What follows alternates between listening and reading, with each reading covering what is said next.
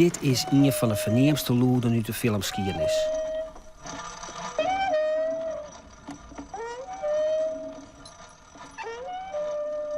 In deze scène is de haatrol net van Charles Bronson of zijn bedriegers, maar van een lood van een iconisch stuk Amerikaanse techniek. Een apparaat dat net al in Amerika, maar ik Friesland veroveren zou.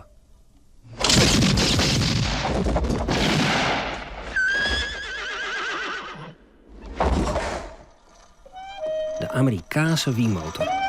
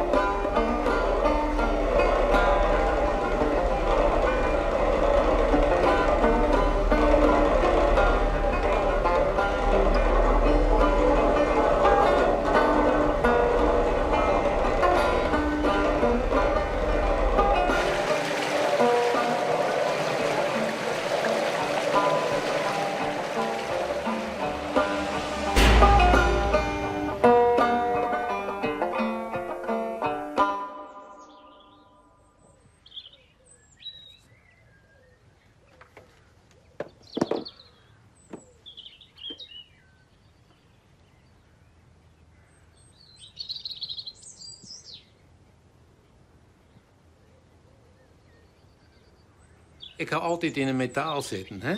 Ik zit op tekenkamer bij een machinefabriek.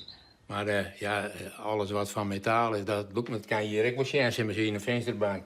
De oude bankschroef die ik vroeger zelf maken heb, die staat hier ook nog. Het voordeel van dat spul is, het hoeft geen water, nou. Plant maar altijd water, ja, dit net. Ik heb altijd wel interesse in molens, maar de laatste 20 jaar is het komen omdat ik een model zie, zei iets dus, met alles op en aan zie het, heb ik opgeknapt voor de firma waar ik altijd werkte. En toen is het eigenlijk mijn interesse voor de wielmotor gekomen, ja.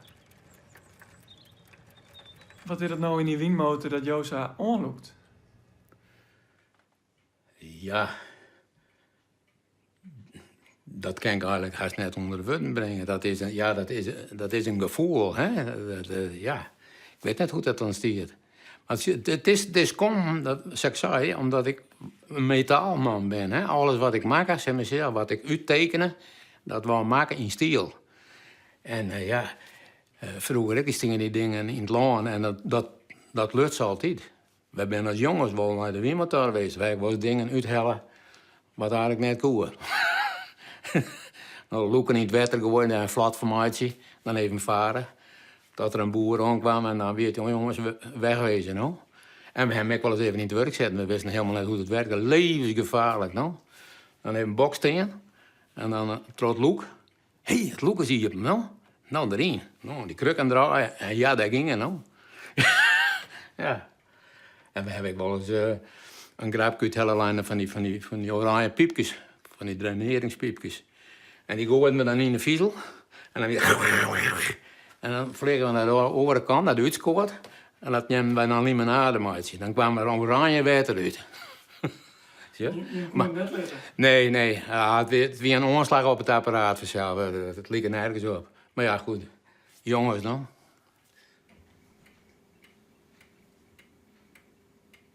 De Amerikaanse wielmotor. Het dropt een soort op bij man van het platteland. Ik ben bouwmaster Gijs van Reeuwijk, die het al op jonge leeftijd zelfs in een bouwde en ze werkt bij haast alle restauraties van monden in Friesland belutsen is. Hij neemt dus mooi weer om naar de eind van de 19e eeuw. De oorsprong die leidt eigenlijk in het naar het westen trekken van de mensen, de pioniers in Amerika. En die kwamen in het midden van Amerika op hele uitgestrekte grasland. Prachtig misschien voor vee, maar er was geen wetter voor dat vee. En dat was heel wichtig, want oorspronkelijk geen vee houden daar. Nou, de wiebelwetter, maar dat wetter dat zie je 50, 100 meter diep, zie je een goede wettervoerende lagen. Nou, toen ben eigenlijk zo rond 1850, 1860, toen kwam die ontwikkeling op gang. Toen ben de mensen begonnen van, nou, kunnen we net een windmolen bouwen die dat water omheen pompen kan. Nou, en dan just eigenlijk, kijk, dit is dan een plaatsje van een wereldtentoonstelling in Chicago. Dit is zo rond 1900. Een woud aan windmotoren. Eigenlijk wel een beetje de windmotoren zoals we die Jutendij ook hier in Friesland nog wel kennen. Maar het wie wel windmotoren maar een ander principe. Dit wie een windmotoren die wie broekt om water omheen te pompen. De moderne krachtige windmotor was big business in Amerika. En het wordt net lang, want er weer een Friesen die ik wel heil zeggen in zo'n windmotor uit de nije vrouwt. Met name de gebroeders Bakker zeggen het jocht en bouwden begin 1900 bij haar werkplaats in Driels de eerste windmotor in Friesland. Door een paar lietse aanpassings maken zij de Amerikaanse airmotor geschikt voor polderbemeling. Ze nemen haar moene de record. Hier zien we een foto. Dit is heel, nou, begin 1900 wezen. De juiste verhoudingswol. De heer Bakker die stiet daar netjes met zijn bolhoed. Han in de boer stiet er op het platform. En de arbeiders en de mensen die staan bovenop de molen. En die zitten hier een beetje in de klei. Hebben ze de boel uitgroeven. Maar dit is dus zo'n voorbeeld van zo'n toen moderne molen. Dus net een molen om water omheen te pompen, maar om water eigenlijk van de Utepolder naar het boetewetter te pompen.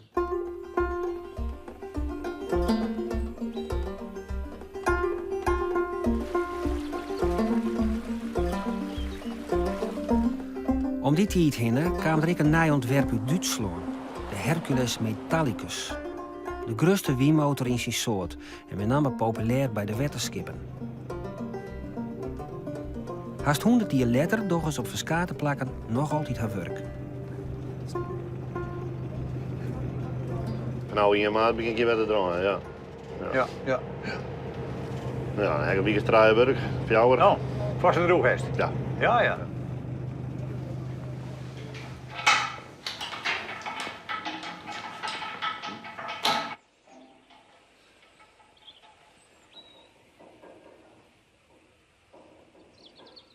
Zie je, hier hebben we snits. Nou, hier hebben we snitsen maar. En waar zitten we nou? We staan nu bij die beide molens. We zitten nu bij deze, en die bemeelt dus dit eiland. Zo. En dan die oren, die er verderop staat, die bemeelt dit wat Lietser eiland.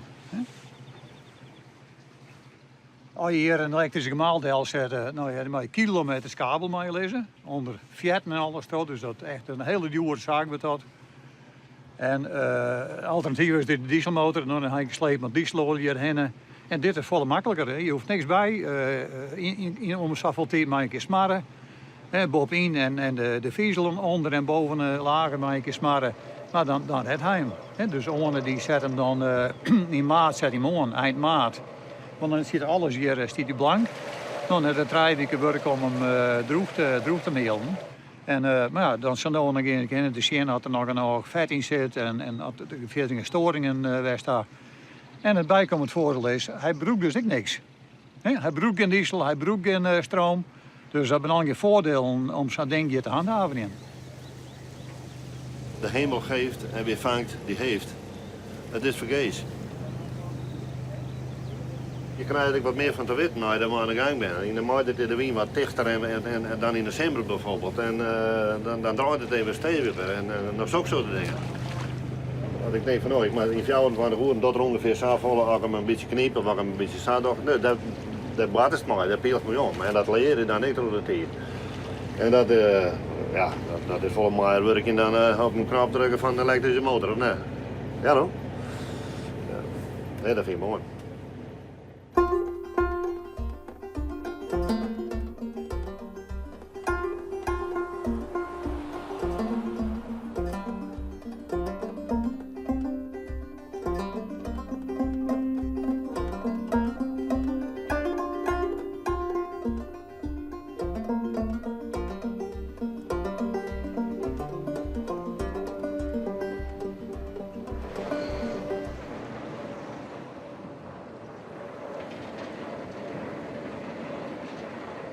Ik vind het een geweldenaar om zo maar te zeggen. Het is zo groot, het is gigantisch. Hij steekt, zeg maar, zeggen, nou, dat is 12 meter, dan moet je er naar saai bij optreden. Nou, de toerrecht is 12 meter, dus dan komt er nog de helft van het rijdt bij. Nou, het rijdt is ook 12 meter, dus dan zit je op 18 meter boven. Nou, dit nou, dan zit je zo'n 20 meter hechten. Dat boven is de punt. Nou, het hele mechaniek, dat is gigantisch. Hoe dat in elkaar steekt. Ja, daar gaat een stuk geweld van uit. Vooral als het dan een beetje krap waait. Nou, dat doet mij wel wat, ja. En hij rijdt hem zelf. Hij hoeft er 's nachts net heen, hij hoeft er net buiten blijven. Want hij rijdt hem op alle windrichtingen, kruidt hij hem zelf. Daar heeft geen werk van. Dat is vol automatisch. Dan kan je mooi in het centje zitten. No? Ja, je moet er wel de boer wat in de gaten houden, maar je hoeft net beslist dat een hele nacht bij die oude molens wel. Want dat de wind dus uit de oren hoeken komt, ja, dan moest er wel bij wezen. En dat hoeft je niet. Hij rijdt er mooi zo, maar die grote vaan, die hoofdvaan, dat is een windwiezer, hoor. Die werkt als een windwiezer. Ja, dat vind ik prachtig, hè. Ik vind het een mooie mechaniek. Ik denk dat het met name natuurlijk de boeren wie onderling zagen van... Goh, ja, kijk als nou, hij had een nieuwe trekker of hij had een nieuwe machine voor dit. Ik denk dat ze in het begin, wie ze misschien best wat argwanend. Het wie natuurlijk best ik wel dure dingen. Het wie helemaal net zo gekeept, die molens. Hè? Dat, Wat hebben we toe ongeveer? Nou ja, toch een aantal duizenden goen. Dan just hier wel bijvoorbeeld, als just hier alleen nog hier, dit 30.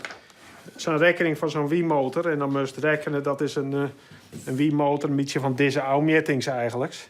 Dus een heel bescheiden molen. En dat wie alleen nog het ijzerwerk leveren. Dan moest die helemaal nog gebouwd worden. Dat wie eigenlijk alleen nog het ijzeren bouwpakketje. En dat wie toch al 2400 goenen. Ik denk in die tijd kost er ook wel aardig huisje voor keepje, no? Voor de boeren wie het prachtig. Maar er wie natuurlijk een hele hoop mensen die en jongens, dit hebben we in eeuwen opgebouwd. Uw oude molens, hè? Daar hebben we uw land uit opgebouwd. Trots deze ijzeren skrikmolens neemden ze het wel, no? Het is net zo positief voor. Reizen we uw oude molens kwijt.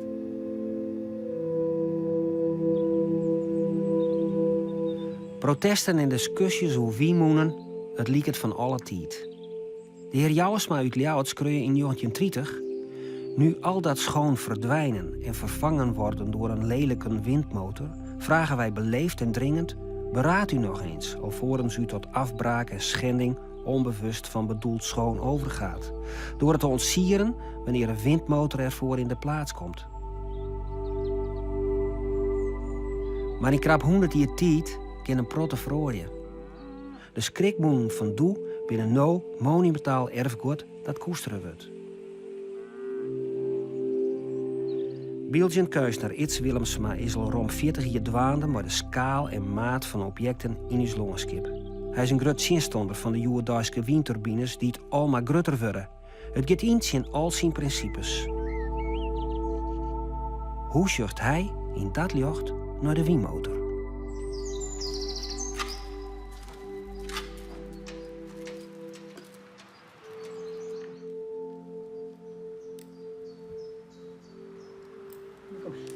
Nee, net zo flat in die stroom nog. Stop.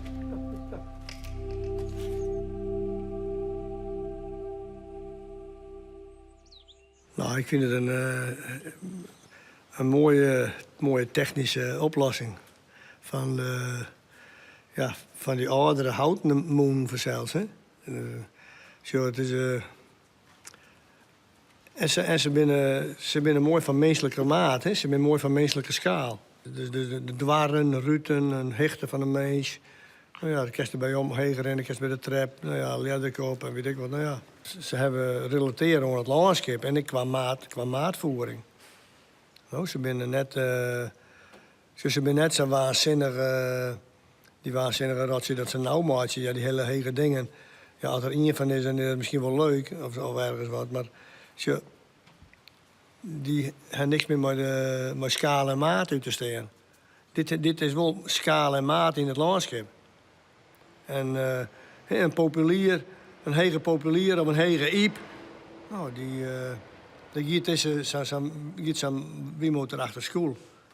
Als we dit is het waar, dat de roos. Hè? Als je die vang, die is wel heel, ik vind die vangen wel heel groot. Zonder die vang zou ik ze mooier vinden dan mij die vang. Hè? Maar goed, die vang heeft zo nodig om dat ding op een kop in de wind te houden. Het is een mooie dichte roos en dan, dus die oren moeten in gewoon een kruis. Nou, en dus dan heeft dus ik ertussenin, voep, voep, voep. En dit gaat geleidelijker. En die smitten, die waren best, die ouderwetse smitten vroeger, ja. Er waren goede farmjouwers bij, heel prima. En timmerlui ik, dat hoeft niet net al je architecten voor wat takst. Die mensen, dat waren prima farmjouwers. Maar ik omdat ze het vanuit de praktijk dienen, vanuit het gevoel, vanuit de praktijk. Zo is het een voetje. Ja, nou. Wat zit hier mooi, net? Samen een aardige jongens hier. Was een voetje gappert ervan. Ik denk, dat geen helemaal. Was een pisje. Ja, deze grote molens, het wie natuurlijk een tijd wie prachtig. En dat juist tot 24, 1930. En dan is juist toch echt wel dat... Ja, het waaide soms ook wel eens een weekend net. En dan rijden het hut. En dan is juist die boeren die, ja... Hè, dan hingen ze wel zo'n mooie wienmolen. Maar ze wien toch nog steeds afhankelijk van de wien. En dan, moeten we dan een heel naai gemaal bouwen. Hè? Nou, dat wie vaak ook nog geen elektrisch. En als je dus bijvoorbeeld bij zulke grote wienmotoren... dan zette men in dat hokje bijvoorbeeld een dieselmotor erbij. En als er dan even net geen wien was, dan kon ze met de dieselmotor draaien. Andere delen van Nederland die gingen eigenlijk oer op elektrische, bijvoorbeeld elektrische onderdruwing. Dat wie toen goedkoper. En hier in Friesland, ja, dan wie dat soms nog moeilijk. Dus daar houden ze nog lang vol maar die wienmotoren. En daarom ben eigenlijk hier in Friesland nog van die wienmotoren nu belang. Eigenlijk in de rest van het land ben ze er net meer. Daar ben ze eigenlijk al hier oudbrutsen. Want ja, daar wie toch sneller toegang voor het elektrisch. Of diesel wie goedkoper. Dus de vooruitgang ging daar wat sneller. Als hier op het platteland in Friesland. Dus dat just dus eigenlijk wel. En dan eigenlijk, ja, na de Tweede Wereldoorlog, toen is er nog wel een skofke. Ze van die wienmotoren bouwt. Maar toen wie het eigenlijk al een beetje oer.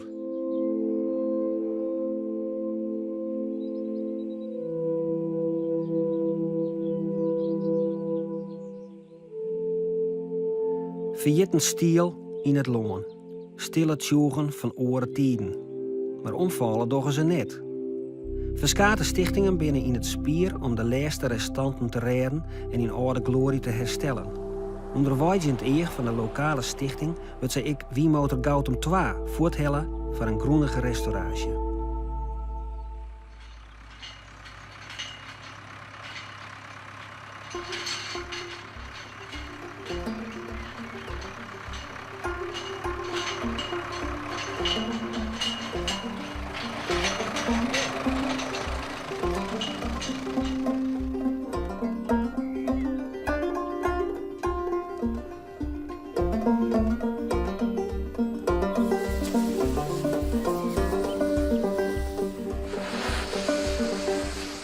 Vind je hem nou een bult atheïs wat je nu ophellen? Voor u net.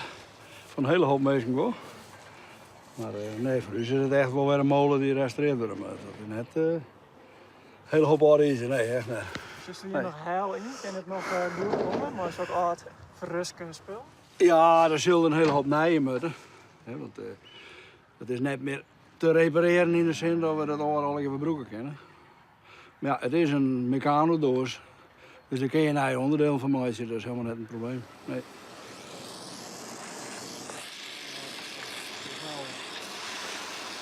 Zolang het net echt drogrotten is en alleen maar wat putten heeft, dan los je het op. Want we broeken zo vol mogelijk van het oude webber. En dan wordt het straald en dan is het eigenlijk weer nij. Dan wordt er weer een nieuwe coating op, galvaniseerd soms. Ja, en dan kan er weer 100 hier mooi. Ja? Hoi. Kunnen we ook op die paarden hier hebben, nou? Ja, oké. Dat was nog mooi te plak. Ja. Denk een trapje, hè, ja. Wij zijn eigenlijk mensen van boeten doorwezen. Dat vinden wij het mooist. En het afbreken van de molen en straks het opbouwen weer. We zullen aan in de werkplaats natuurlijk ook wat warm hadden. Maar dit vinden wij het mooist.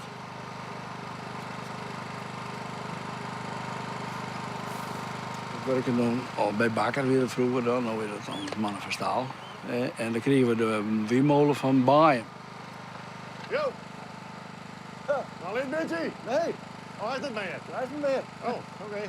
Nou, dat weer de eerste en die hebben we er wel hellen en opknapt. En, ja, dat ging al heel mooi en dat was heel mooi werk. Hè. En ik hoorde dus van oude antieke dingen. Hè. Oude stationaire motors, trekkers, scheepsmotoren, stoom. Dus ja, dat valt er precies in. Hè. Dus ja, mooi kun je eigenlijk net treffen. Als wij door de provincie rijden en als je zo'n moeder in het land staan, dan zeggen we, hé, vrek. Waar ik ben gegaan. Dat is mooi, ja. En als je met mensen ergens lang rijden, dan ga je er altijd even over.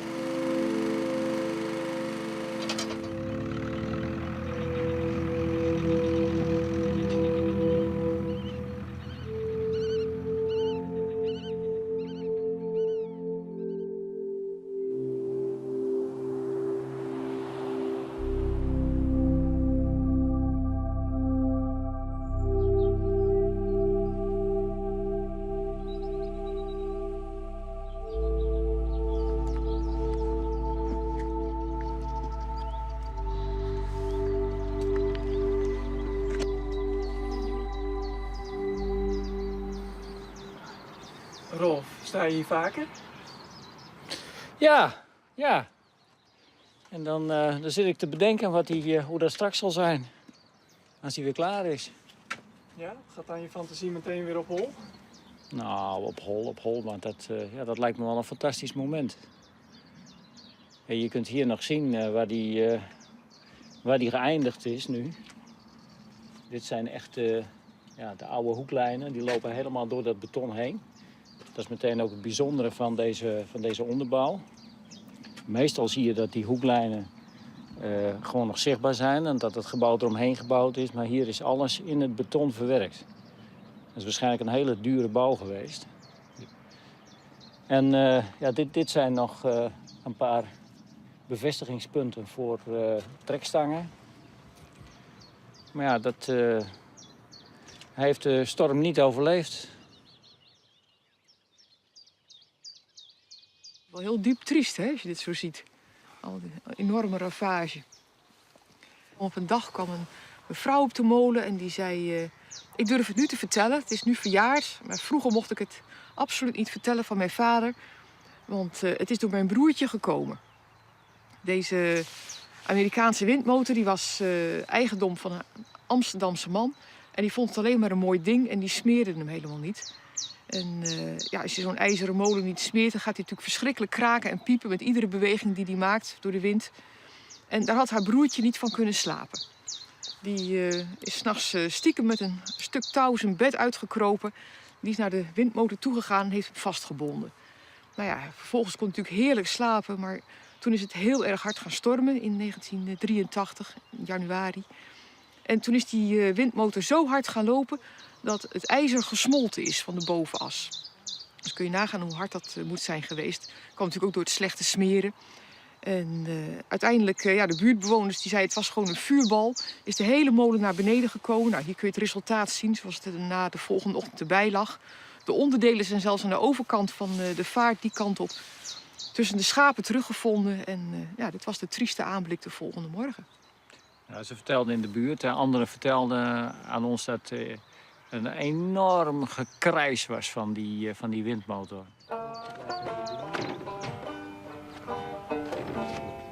Het restaureren en broeken van oud spul is voor haar een stiel verlibben. Naast het skip werd ze op weeën, restaureerden ze ook de oude bemjellingsmoenen op haar terrein.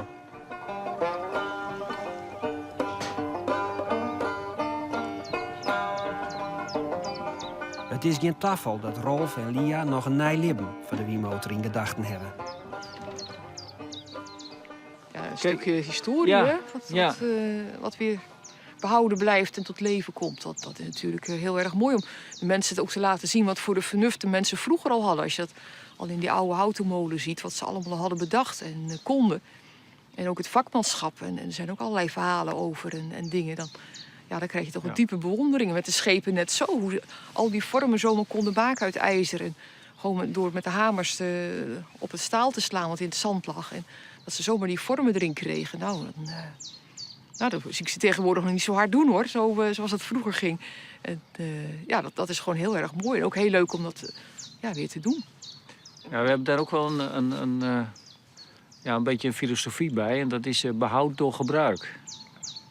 Want als je het niet gebruikt, dan gaat het onherroepelijk toch weer verloren. En dat is bij die oude schepen zo. Daar zijn heel veel Nederland heeft de grootste vloot ter wereld. En dat is voor een groot deel omdat ze gewoon weer gebruikt worden. Wij gebruiken hem zelf als woonschip. En daardoor wordt hij behouden. De Rietvink daar heeft weer een functie in het waterbeheer. Nou, deze willen we dus proberen om daar ook elektriciteit mee op te wekken. Nou, als die functie krijgt, als dat lukt, nou, dan wordt hij ook zeker behouden. Want dan moet je er gewoon, je moet hem onderhouden, je moet hem smeren. En daarmee hou je hem voor het nageslacht ook helemaal op orde.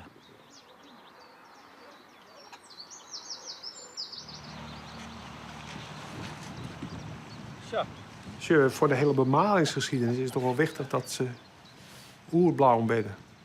Het waterbeheer, eigenlijk zoals wij natuurlijk gewoon burger, dan denken we, ach ja, het bloedt wat droog. Maar het bloedt natuurlijk hier net vanzelf droog. En een groot part van Friesland leidt natuurlijk wel onder water. En dat moeten we toch altijd droog pompen. En tegenwoordig moderne gemaal, eigenlijk ongemerkt, daar stiet heel soms nog een liets hokje. Maar daar gebeurt het, maar net in shit eigenlijk dat er wat gebeurt, laat staan dat ze begrijpen hoe dat het werkt. En daar zit vaak wel de kracht van zo'n soort wiemolens in. En dat is de traditionele wiemolen, maar ook deze wiemotoren. Dat als dat ding werkt, dan hoest dan zelfs een bern hoest net uit te lezen hoe dat het werkt. He? Dan zei ze, jongens, kijk, daar draait het, die tandwielen niet bewegen, daar zit de pomp en die pompt het water omheen. Dus zelfs die bern die begreep je van, hé, die pompt dat water omheen. Maar dan zie ze natuurlijk ook vaak het verband van, dat land dat lijkt misschien wat leger dan dat boetewetter. We hebben verschillende wetterpijlen. We moeten pompen om droog te bloeien. Als we hier net pompen, dan bloedt er gewoon van het hele land niks hoer. Dus wat dat betreft ben zulke soort objecten toch wel wichtig om een beetje te begrijpen hoe is het land waar dat wij in leven, hoe ziet dat eruit en hoe werkt het eigenlijk die ouwettering en dat drooghouden van het land in Friesland eigenlijk. Wil je meer weten over de Amerikaanse wienmotor in Friesland? Eind mei oktober is er een speciale tentoonstelling in het Landbouwmuseum in Jennewoud.